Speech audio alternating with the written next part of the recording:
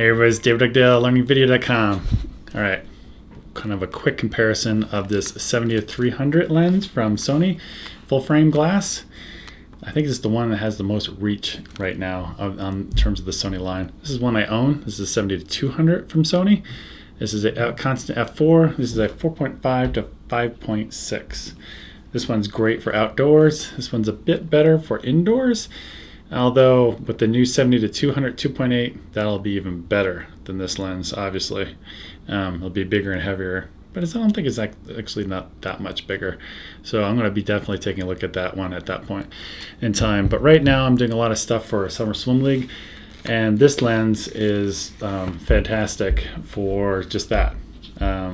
This works great. It's met all my needs, the optical steady shot, the sharpness and everything. In fact, as I'm going to show here in a minute, this is actually, I would say this is a better overall performer than this one optically in the center and corners.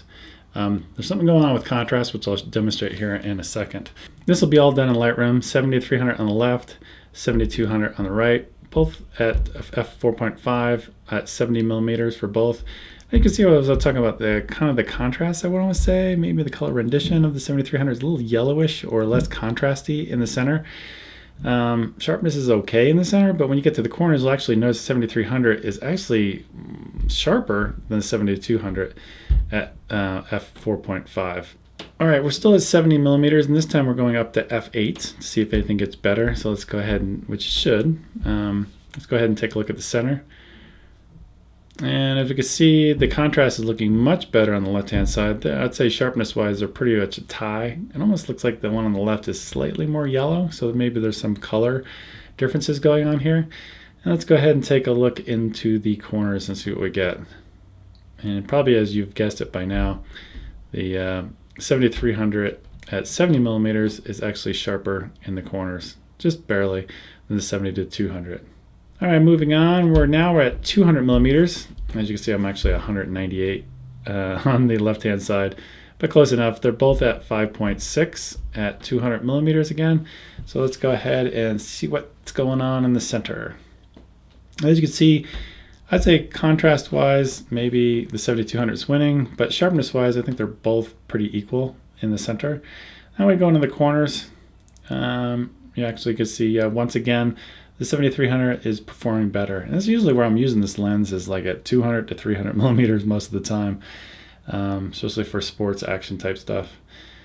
Let's move on to f8 at 200 millimeters. Let's go ahead and zoom in. And as you can see, sharpness wise, again, I'd say they're pretty much equal in the center. Maybe contrast is a little bit better on the one on the right, this 70-200. And let's go ahead and take a look into the corners.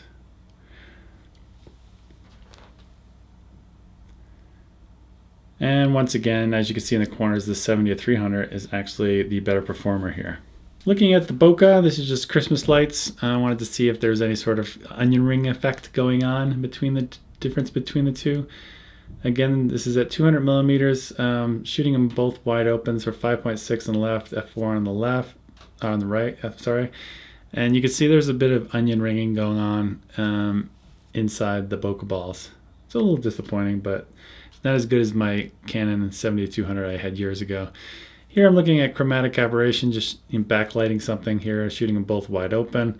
And we're just going to take a look around. Again, I'm doing this all in Lightroom, so Lightroom's profile might correct these differently, but you can see on the right hand side there's a little bit more red fringing, or almost I would say that's red on that particular part of it in terms of chromatic aberration. And right on the right hand side you can see there's a bit more blue right here in terms of chromatic aberration. So I would say, you know, the 70-300 actually has less chromatic aberration than the 70-200, at least in this profile for Lightroom. These were all raw files, so I wasn't looking at the JPEGs coming out of the camera. That's pretty much it. So if you're looking for an outdoor lens, this one's probably your best bet to get the most reach. And then if you're looking at this one, you might wait around or see the actual 70-200 2.8 version comes out, which I'll be looking at here when I get my hands on it. So yeah, in terms of telephoto lenses, outdoors, kind of indoors, but the other one, the newest one that'll be coming out, the 2.8, that'll be definitely an indoor or outdoor lens. So that's pretty much it. I hope that helps. And if you haven't heard already, I'm done with my Sony a7S II course, over 6 hours long. Has a lot of great content, getting a lot of great unsolicited comments back from the people that have bought the course. You can read those on my sales page. Definitely check out the link below. All right, talk to you guys later. Bye.